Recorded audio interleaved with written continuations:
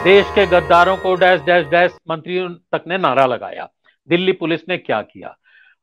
उत्तराखंड में hate speech का मामला आया और उत्तराखंड पुलिस को जब सुप्रीम कोर्ट ने चीफ सेक्रेटरी को तलब करने की बात हुई तब कार्रवाई हुई। मेरा उसी पे कहना था। नुपुर शर्मा को लेकर के पुलिस ने ऐन वक्त पे कोई कार्रवाई नहीं। ये तो पहला सवाल था। दूसरा ये है कि जो इस समय सरकार है उसके किसी बड़े जिम्मेदार नेता ने कोई अपील नहीं की है सांप्रदायिक सद्भाव की। तो ये दोनों चीजें नहीं दिखती हैं जी। देखिए, दोनों सवालों पे आने के पहले जरा मैं सुनीलम जी ने एक बात कही है उसको स्पष्ट कर दूं। सुनीलम जी मानते हैं कि आज जो प्रदर्शन हुए थे सब शांतिपूर्ण थे और उसका उन्हें अधिकार था। वो निकल करके आए हैं और शांतिपूर्ण प्रदर्शन कर रहे थे, पथराव कर रहे थे, उत्तेजक नारेबाजियां कर रहे थे, सब वो शांतिपूर्ण प्रदर्शन के अगर सीमा में आते हैं तो फिर मुझे कुछ नहीं कहना।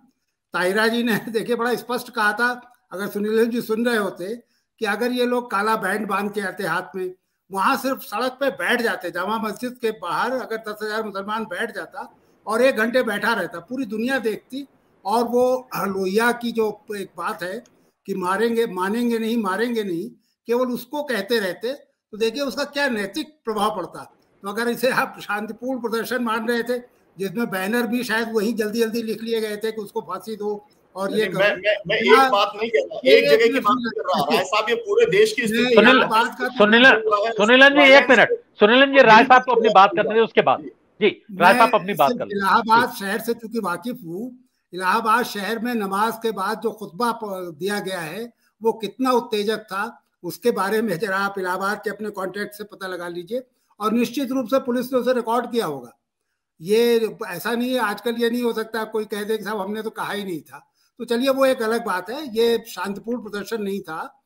इस बात से मैं जरूर आपके सहमत हूँ कि एक कम्युनिटी को ये अधिकार होना चाहिए अपना प्रोटेस्ट करने का, अपनी बात कहने का। उसका दम घुट जाएगा अगर उसे बताया जाए खबरदार तुम कुछ भी तुमने किया तो स्टेट तुम्हारे साथ बड़ा क्रूर व्यवहार करेगा।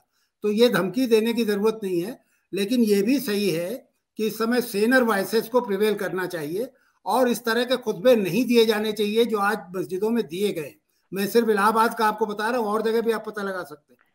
आपने बाकी 2 सवाल कहे और जो सुनीलन जी ने भी बहुत सही बात कही कि इसमें एक ऑल पार्टी कॉन्फ्रेंस होनी चाहिए। देखिए, एक संस्था है हमारे यहाँ, नेशनल इंटीग्रेशन काउंसिल, जो इंदिरा गांधी के जमाने में बड़ी महत्वपूर्ण होती थी। श्रीनगर में उसकी एक कॉन्फ्रेंस हुई थी, उसकी रिकमेंडेशन आज तक कोट की जाती।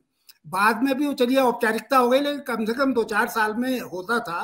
प्रधानमंत्री उसकी अध्यक्षता करते थे, सारे मुख्यमंत्री आते थे, सारे इंपॉर्टेंट पॉलिटिकल पार्टियों के लोग आते थे। तो ये क्यों नहीं हो सकती? अभी भी होनी चाहिए और सारे राजनीतिक दलों को बुलाना चाहिए।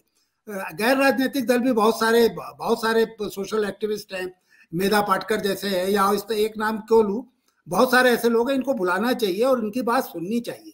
ये एक समय है जब डायलॉग होना चाहिए। और दुर्भाग्य से भाजपा की जो सरकार है, मुझे इसमें कहने में कोई हिचक नहीं है कि ये सबसे ज्यादा घृणा किसी चीज से करती है तो डायलॉग से करती है।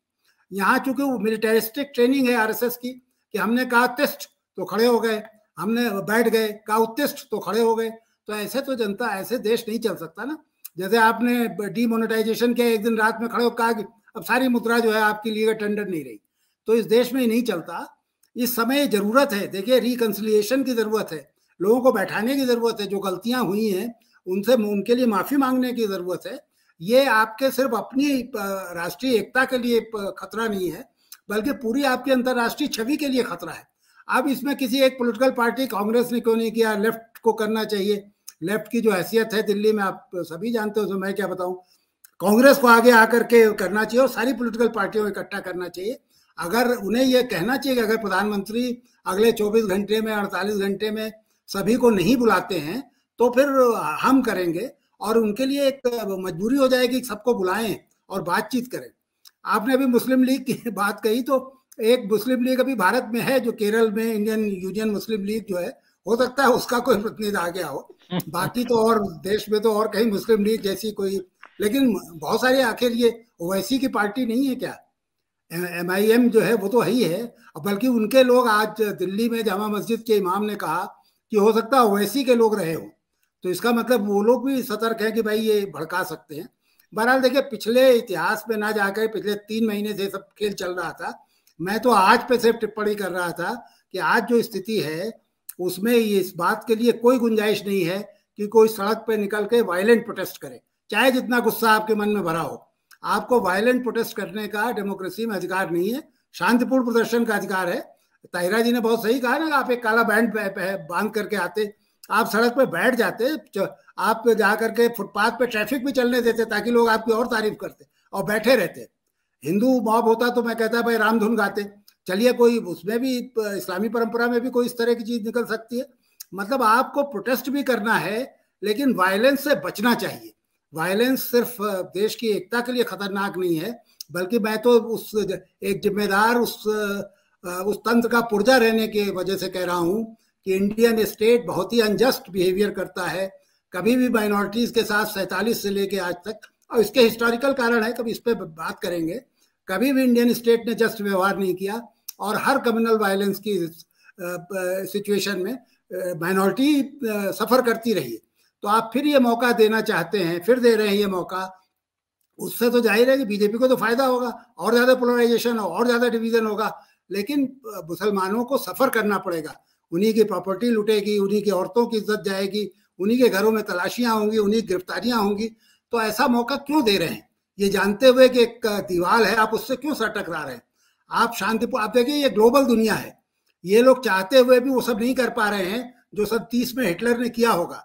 सारी दुनिया से थू थू हो रही। मैं इस्लामिक ब्लॉक की तो बात ही नहीं कर रहा, वो तो पार्टीजन कह सकते हैं। आपको यूरोपियन यूनियन, आपको अमेरिका, आपको ब्रिटेन, ये सारे लोग आपको कोस रहे हैं। मतलब आपकी जो इंटरनेशनल छवि है उस पर कितना डेंट लगा है पिछले 3 महीनों में, आप उसकी कल्पना नहीं कर सकते।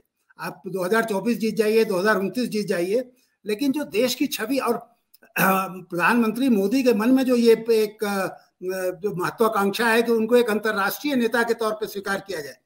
जब वो आए थे तो शुरुआत में उनकी एक खास तरह की इमेज बनी भी थी, इन्हीं मुस्लिम मुल्कों ने बुला बुला के उनको अपने सबसे बड़े सम्मान दिए थे। तो क्या वो ये अफोर्ड कर सकते हैं कि उनकी वो अंतर्राष्ट्रीय छवि खत्म हो जाए? तो अब तो ये सुनीलन जी की इसी बात पे मैं समझता हूं कि मैं खत्म करूंगा कि ये समय है कि सभी राजनीतिक दलों को इकट्ठा होना चाहिए, जो गैर राजनीतिक लोग भी हैं जो इस विषय में सोच रहे हैं, जो देशभक्त भारतीय हैं, उनको भी बुलाया जाना चाहिए, और बैठ करके अपने सिर जोड़ करके हमें ये तय करना चाहिए कि हमें क्या करना है।